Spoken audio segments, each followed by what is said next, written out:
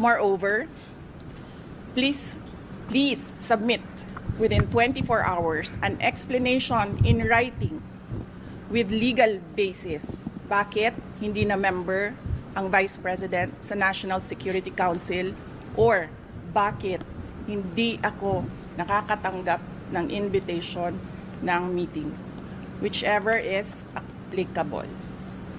And finally, I urge all the National Security Council members and the Filipino people to demand transparency and accountability from the personnel of the National Security Council. Shukran. Nagpaalam na ako sa kanya at noong kung ano yung napag-usapan kahapon, inulit ko lang. Meron akong nabanggit na baka papasok sa detention yung dalawa doon at sinabi ko sa kanya kailangan ko din silang samahan. Nagsimula na siya umiyak, tapos ayaw na niya, hindi na siya tumitigil sa kakaiyak niya tulad nung nangyari nung nakaraang Friday or Saturday ba yun? Oo. Iyak na siya ng iyak, paulit-ulit na yung sinasabi niya, kukunin nila ako, papatayin nila ako, kukunin nila ako. So nagtawag na lang kami ng doktor, tapos yung doktor ang kumausap sa kanya. Medyo natagalan kami kasi ayaw niya maniwala sa doktor. Sinasabihan niya lahat ng tao na lumalapit sa kanya, wala akong tiwala sa inyo. I-lock niyo yung door, wag niyo siya palabasin. Wag niyo ako daw. Wag niyo palabasin si Inday Sara. I-lock niyo yung door.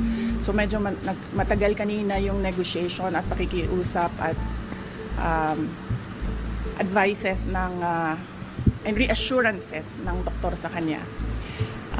Nung medyo nag-okay na si Yusek Lopez, nag-breakdown naman yung isang kasama namin doon na nandun din noong Saturday and Friday, si Nicole. Nagsimula siya mag-panic attack, hindi na siya makahinga, then nagsimula na siyang umiyak, tapos naninigas na. So nagtawag na kami ng doktor at nurse ulit at so apparently hindi ko alam na may sakit pala sa asthma si Nicole. So nagsabay yung kanyang panic attack at asthma kanina. So dinulungan siya ng mga doktor at mga nurses. At ngayon ay oo nga. Kasi masisira yung sound ng mga cameraman nyo, tapos mapapagalitan sila kasi hindi nila nagagawa ng trabaho, ng maayos yung trabaho nila. Adjust muna natin, sir.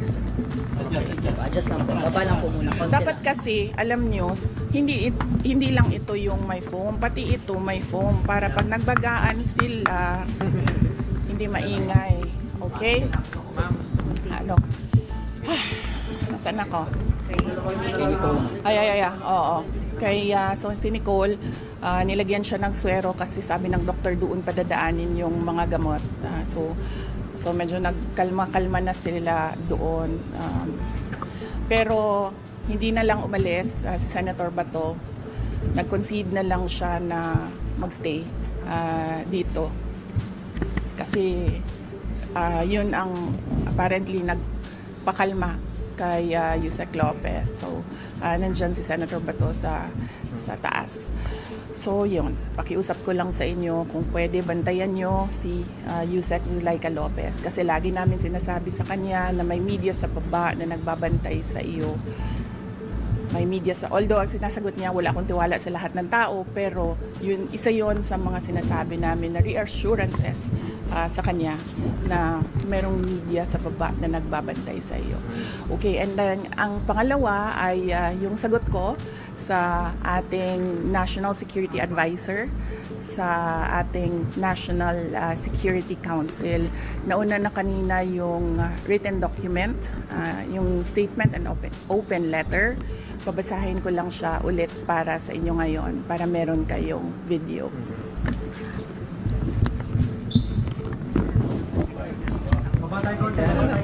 Oo, tutulungan ko kayo sa trabaho ninyo. Huwag kayo mag-alala. Huwag lang daw kayo magbanggaan ng mic, sabi ng mga nyo, kasamahan nyo. O hindi na daw ako makita.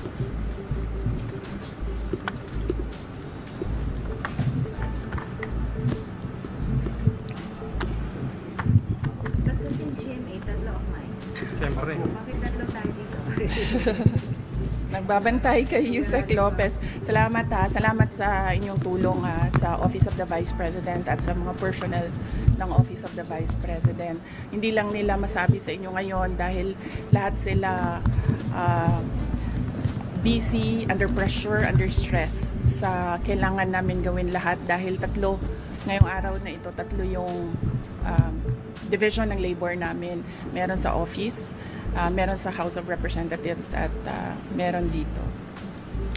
This is in response to the statement made by the National Security Advisor speaking for the National Security Council dated 24 November 2024.